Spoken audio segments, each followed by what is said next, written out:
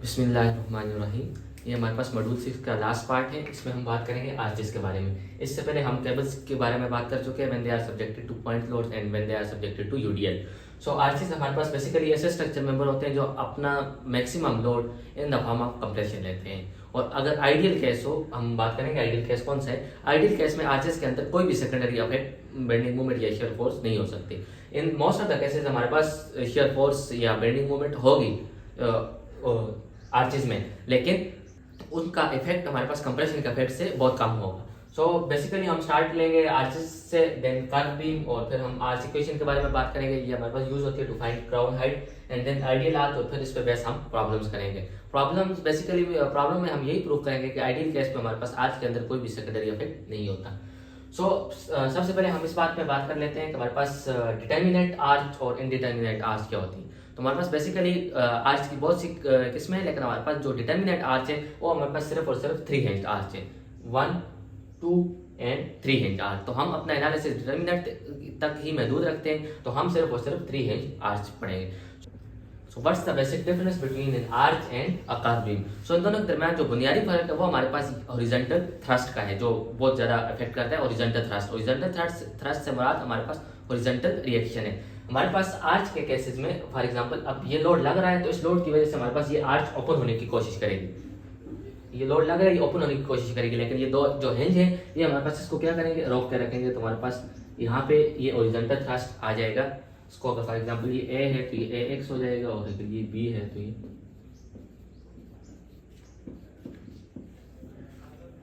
A Y and B Y, A Y और B Y.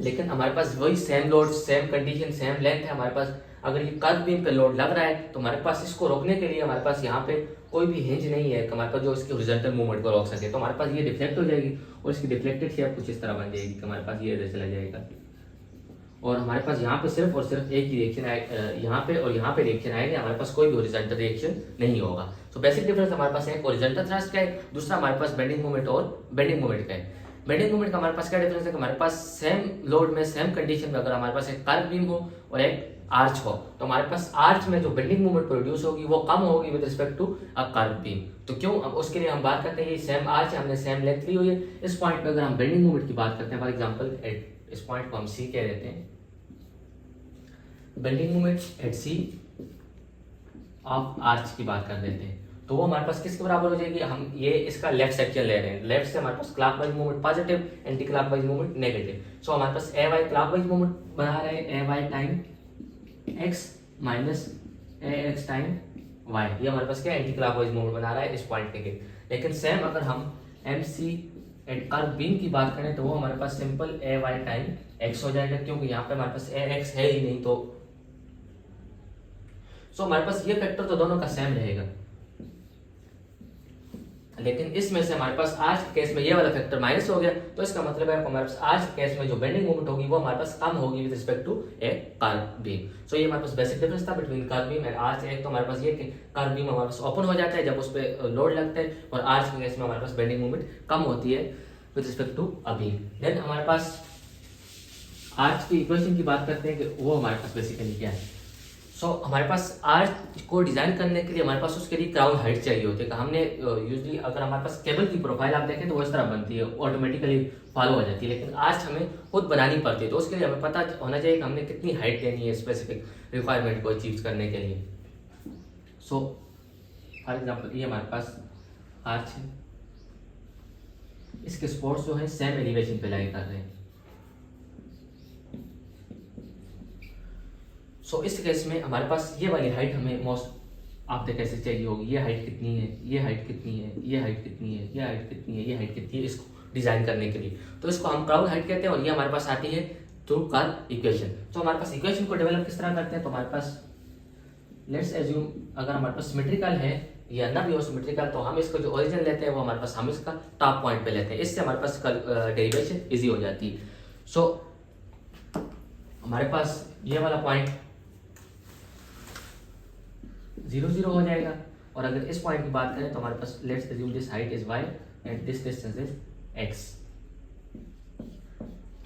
हमारे पास ये हाइट भी y है, ये हाइट भी y है। हमारे पास बेसिकली एक पैराबोला है, हमारे पास 3 पॉइंट हमें पता है, और 0, 0, minus x comma y and x comma y. अगर हम पैराबोला की इक्वेशन लिख लें y equal to a x square plus b x plus c, तो इसमें अगर आप ये वाले तीनों पॉइंट्स को पुट कर दें तो हमने ओरिजिन जो अज्यूम किया है वो मिड पे किया है, मतलब इसकी हाइट पे और बॉडी क्या है सिमेट्रिकल है। तो इस केस में इसी की इक्वेशन हमारे पास पैराबोलिक इक्वेशन जो होगी y equal to minus C X square, हम इससे c की वैल्यू निकालेंगे और हमारे पास जो डिफरेंट कंडीशन में डिफरेंट होती जाएगी। y equal to minus C X square, हमारे पास c के लिए हमारे पास एक ही अननोन है, सॉरी हाँ एक ही अननोन है, तो हमारे पास इसमें मिनिमम एक पॉइंट पुट करना होगा। तो एक पॉइंट हमारे पास कौन सा होगा, ये हम पुट कर सकते हैं x कॉमा वाई, कि हमारे पास x की वैल्यू क्या है y की वैल्यू क्या है। अगर आप माइनस सी एक्स के यूज कर रहे हैं y equal to minus C x के, तो हमारे पास इसमें डायरेक्ट x और y की वैल्यू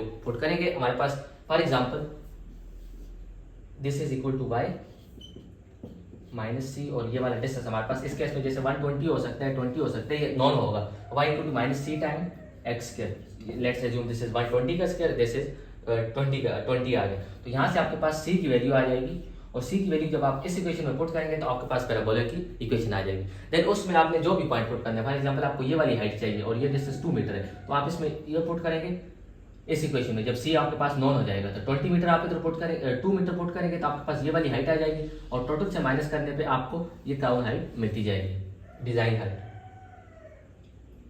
सो ये था कर्व की इक्वेशन के बारे में, ये हम डिटेल से ड्राइव भी करेंगे अपने अपकमिंग एग्जाम्पल में। और फिर उसके बाद आइडियल आर्च। आइडियल आर्च हमारे पास वो वाली आर्च होती है जिसमें हमारे पास कोई भी सेकेंडरी इफेक्ट प्रोड्यूस ना हो, हमारे पास सारे का सारा लोड किस में हो, प्योर कंप्रेशन में हो और बेंडिंग मोमेंट और shear force theoretically equal to 0 आना चाहिए। तो हमारे पास उसकी कंडीशन ये है कि हमारे पास उस पर जो लोड लग रहा हो यूडीएल सेम इंटेंसिटी के साथ पूरे के पूरे स्पैन पे लग रहा हो, सेम इंटेंसिटी के साथ पूरे के पूरे स्पैन पे अगर आर्च पे लोड लगे तो हमारे पास उसके अंदर कोई भी सेकेंडरी इफेक्ट नहीं होगा, न शियर फोर्स होगी और ना ही बेंडिंग मूवमेंट होगी, सारे का सारा लोड हमारे पास in the form of compression होगा और एक्सियल फोर्स होगी। सो अगर मैं ड्रा कर दूं तो हमारे पास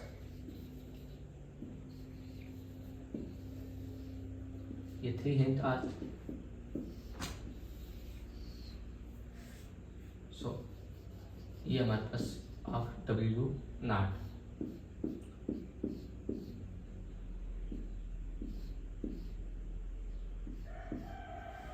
तो ये हमारी आर्च है।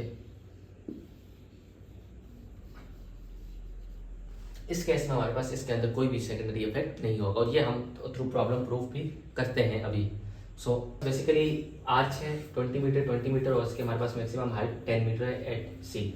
सबसे पहला स्टेप हमारे पास यही होगा कि हम क्या करेंगे, इसके लिए इक्वेशन लिखेंगे। बेसिकली हमने प्रूफ क्या करना है, हमने ये प्रूफ करना है कि हमारे पास इस पे एक पॉइंट डी, हमारे पास आइडियल केस में पूरे के पूरे स्पैन पे लोड लग रहा है 8 किलोन्यूटन पर मीटर। तो हमने ये प्रूफ करना है कि at point D which is 10 metre of horizontal distance from point C, इस पे हमारे पास कोई भी शियर फोर्स और बेंडिंग मोमेंट नहीं है। तो सबसे पहले हम स्टार्ट लेते हैं किससे, इसकी इक्वेशन लिखने से। बेसिकली पहले हमारे पास रिएक्शन फाइंड कर लेते हैं, हमारे पास इक्वेशन की जरूरत नहीं है, लेकिन हमने अभी इक्वेशन को डिस्कस किया तो पहले वो कर लेते हैं। सो हमारे पास अगर इस इक्वेशन की बात करें तो हमने कहा था कि y will be equal to minus C X square. अब हमारे पास इसमें हमने पुट करना है एक पॉइंट कि हमारे पास इसमें y और x पुट करके हमने क्या निकालना है, c निकालना है। तो y हमारे पास होगा मैक्सिमम हाइट जो कि हमारे पास इस केस में कितनी है 10, और हमारे पास x होगा इसका distance from maximum height to any spot. हमारे पास ये सिर्फ और सिर्फ उस केस में अप्लाई कर सकते हैं हम जब हमारे पास ये सिमेट्रिकल हो और दोनों स्पॉट सेम एलिवेशन पे लाई कर रहे हो। तो हमारे पास ये कितना आ जाएगा 20 मीटर, मैक्सिमम हाइट से लेके किसी भी स्पॉट तक 20 मीटर या 20 मीटर। सो y कितने है हमारे पास 10 will be equal to minus C time 20 का स्क्वायर। तो c will be equal to minus 10 divided by 20 का 20 स्क्वायर। सो हमारे पास c की वैल्यू आ गई, जब हम c की वैल्यू इसमें पुट कर देंगे क्या है 10 डिवाइडेड बाय 20 स्क्वायर। ये हमारे पास इस केस में इस आर्च के लिए इसकी इक्वेशन होगी y equal to minus 10 divided by 20 square into X square. हमने y equal to minus C X square था और उसमें वो पॉइंट पुट कर दिया x कामा y। x हमारे पास उसका हाफ डिस्टेंस कह सकते हैं आप, क्योंकि हमारे पास ये सिर्फ सिमेट्री के केस में एप्लीकेबल है। Half distance is 20 and height is 10। So y equal to minus 10 divided by 20 square into X square. अब हम बात करते हैं रिएक्शन की। तो हमारे पास सिमेट्रिकल है तो हमारे पास ये जो रिएक्शन है 8 किलो न्यूटन पर मीटर और 40 मीटर पे लग रहा है। 40 तो हमारे पास 8 मल्टीप्लाई बाई 20 इधर आ जाएगा, 8 मल्टीप्लाई बाई 20 इधर आ जाएगा, क्योंकि सिमेट्रिकल है तो आधा एक तरफ चला जाएगा, आधा दूसरी तरफ चला जाएगा। तो ये हमारे पास 160 and this will also be 160 kilo Newton and 160 kilo Newton. हम ये इक्वेशन से भी निकालेंगे, लेकिन अगर जनरली बात की जाए तो ये हमारे पास बन जाएगा 20 किलो न्यूटन हमारे पास इसका रिजल्टेंट होगा, आधा एक तरफ से जाएगा, आधा दूसरी तरफ। और हमारे पास बेसिकली हमने क्या फाइंड करना होता है, ए एक्स एंड बी एक्स। तो उसके लिए हम क्या करेंगे, हम इसके सी पॉइंट पे मूवमेंट ले सकते हैं टू द लेफ्ट और टू द राइट। सो हम क्या करते हैं, सी से लेफ्ट में ले लेते हैं। हमारे पास ये 160 है, ये अननोन है ए एक्स, और ये हमारे पास सी पॉइंट है। यहाँ पे भी हमारे पास 2 अननोन होते हैं, क्योंकि यहाँ पे भी हमारे पास क्या है, हिंज है, और ये क्या है 8 किलो न्यूटन पर मीटर। सो हमने कहाँ पे लेना है, movement at C is equal to 0। So हमारे पास सबसे पहले आ जाएगा clockwise movement will be positive, क्योंकि हम लेफ्ट वाली साइड ले रहे हैं। तो 160 टाइम 20, हमारे पास ये 160 और इसका ये डिस्टेंस कितना है 20, 160 टाइम 20 एंड देन हमारे पास इसका जो रिजल्टेंट होगा वो क्या हो जाएगा, उसकी जो मूवमेंट होगी वो हमारे पास एंटी क्लॉकवाइज हो जाएगी। इसका ये रिजल्टेंट होगा और इसकी मूवमेंट हमारे पास इस पॉइंट की वजह से इस पॉइंट के एंटी क्लॉकवाइज हो जाएगी। रिजल्टेंट हमारे पास आ जाएगा 8 मल्टीप्लाई बाई 20 और डिस्टेंस हमारे पास 20/2, इसका हाफ। हमारे पास टोटल डिस्टेंस 20 पे लग रहा है और हमारे पास इसका रिजल्टेंट हाफ पे लगेगा, यानी कि 10 पे 20/2 और रिजल्टेंट 8 मल्टीप्लाई बाई 20। और ये वाला हमारे पास माइनस होगा, ये प्लस होगा। देन हमारे पास इसकी मूवमेंट भी क्या है, एंटी क्लॉकवाइज है। सो माइनस ए एक्स और इसका डिस्टेंस हमारे पास ये ए एक्स से लेकर इस पॉइंट तक का डिस्टेंस, इस लाइन से इस लाइन तक का डिस्टेंस हमारे पास कितने 10। तो यहाँ से हम ए एक्स को फाइंड कर देंगे, जो कि हमारे पास अगेन 160 किलो न्यूटन आ जाएगा। तो हमारे पास अगर ये 160 किलो न्यूटन है तो समीशन एफ ऑफ एक्स से हमारे पास ये भी 160 किलो न्यूटन आ जाएगा।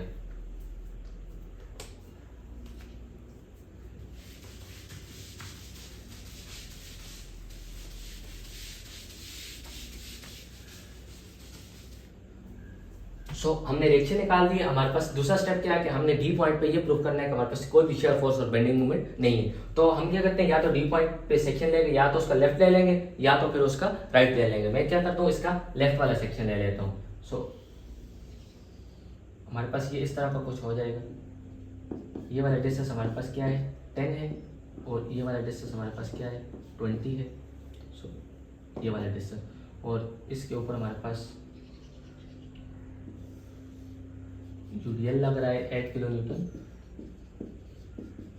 पर मीटर का, और ये रिएक्शन हमारे पास 160 है, ये रिएक्शन हमारे पास 160 है। एक काम तो आप ये कर सकते हैं, दूसरा आप इसको हिंज से लेके यहाँ तक भी अलग कर सकते हैं, लेकिन उस केस में हमें फिर सी एक्स और सी वाई भी फाइंड करना होता है, जो कि हम सिंपल है फाइंड कर सकते हैं, दैट इज 160 और फिर हमारे पास इसका जो रिजल्टेंट बन जाएगा वो 0 हो जाएगा। उस तरह भी कर सकते हैं, या तो ये कि हम इसको स्प्लिट कर देंगे या राइट की तरफ या लेफ्ट की तरफ। तो हमारे पास यहाँ पे जो फोर्सेस होंगी वो हमारे पास इस पॉइंट के टेंजेंट की डायरेक्शन में होगी। ये शेयर फोर्स होगी और ये बेंडिंग मूवमेंट होगी, this will be axial force and this will be shear force. तो हमारे पास सबसे पहले मेन चीज क्या होगा, उसका एंगल।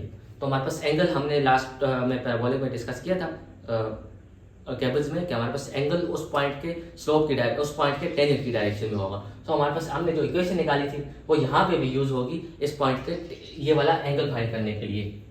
तो सबसे पहले हम इसका अगर स्लोप ले लें तो y prime will be equal to -20 divided by 20 का स्क्वायर इंटू एक्स रह जाएगा। एक्स स्क्वायर का डेरिवेटिव हमारे पास 2x होता है। तो हमने यहाँ पे निकालना है एट x इक्वल टू 10। अगर x इक्वल टू -10 निकालना होता तो हम इस तरफ -10 पुट करते हैं। अगर इस पॉइंट पे स्लोप चाहिए हो तो हम x इक्वल टू 20 पुट करेंगे। या सिमिलरली अगर हम यहाँ पे कहीं पे चाहिए हो, फॉर एग्जाम्पल ये पॉइंट 5 मीटर पे है यहाँ से लेकर यहाँ तक, तो हम x इक्वल टू 15 पुट करेंगे। लेकिन हमें x इक्वल टू 10 पे चाहिए तो हम इसमें क्या पुट कर देंगे, 10 पुट कर देंगे। तो जैसे ही हम इसमें 10 पुट कर देते हैं तो ये हमारे पास आ जाएगा y प्राइम फर्स्ट डेरिवेटिव हमारे किसके बराबर होता है, tan थीटा के बराबर होते हैं। तो tan theta will be equal to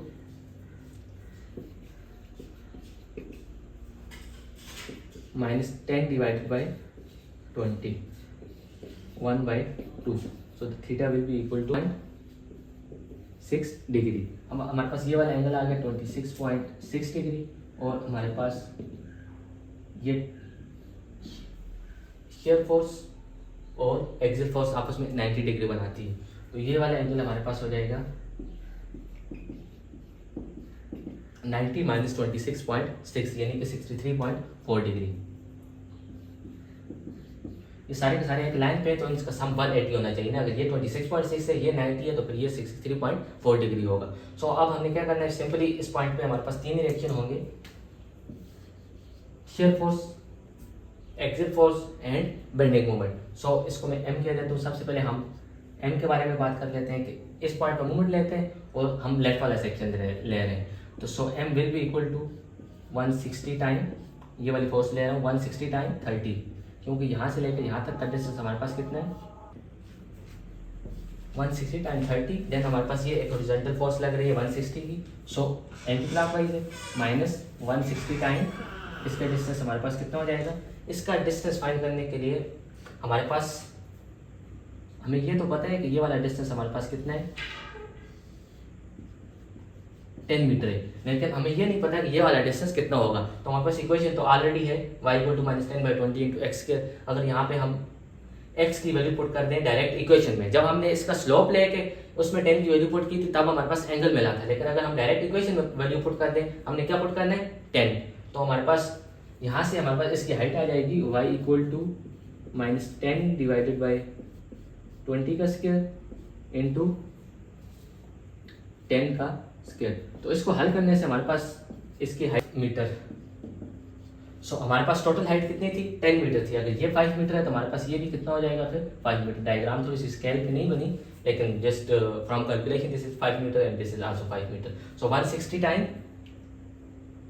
5, हमने दो फोर्सेस तो कैलकुलेट कर दी, 160 टाइम 30 माइनस 160 टाइम 5। अब हमारे पास ये वाली फोर्स रहेगी, हमारे पास कितनी है 8 मल्टीप्लाई बाई 30। हमारे पास डिस्टेंस 30 है, 8 न्यूटन पर मीटर है, और हमारे पास ये भी एंटी क्लॉकवाइज बना रही है, तो हमारे पास माइनस होगा 8 टाइम 30 और इसका डिस्टेंस हमारे पास क्या हो जाएगा 15 हो जाएगा, 30 का हाफ। तो यहाँ से जब आप बेंडिंग मोमेंट कैलकुलेट करेंगे तो एग्जैक्टली आपके पास 0 आ जाएगी, जो कि हमारे पास हमने प्रूव करना था। दूसरा हमने ये प्रूव करना है कि हमारे पास शेयर फोर्स भी 0 है। तो शेयर फोर्स के लिए हमें फिर इसको कंपोनेंट में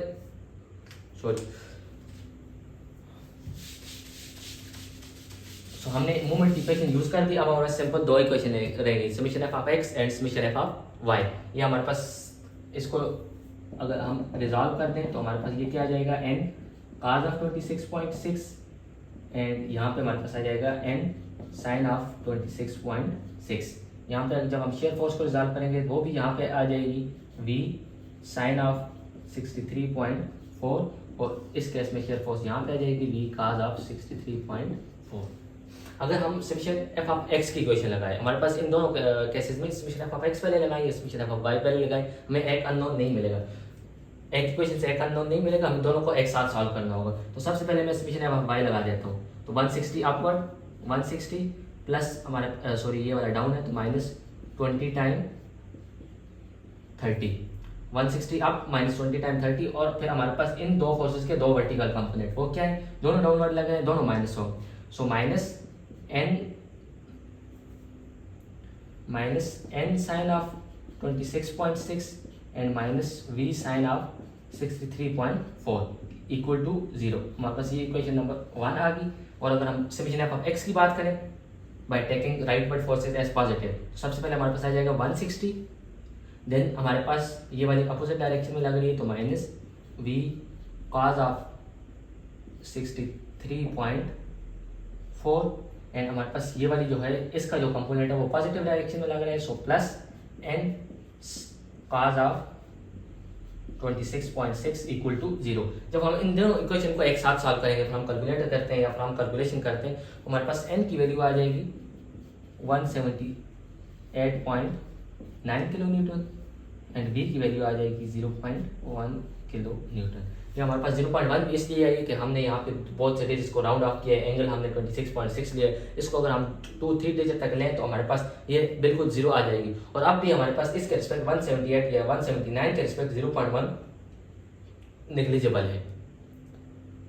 सो हमारे पास हमने ये प्रूव कर दिया कि आइडियल केस में हमारे पास ये शेयर फोर्स और बेंडिंग मोमेंट जीरो होती है। इसके बाद यूजुअली हमने इक्वेशन लिखी थी तो वो हमारे पास यूज होती है टू फाइंड क्राउन हाइट। ये यहाँ पे इसका हमने यूजेस देख भी लिए।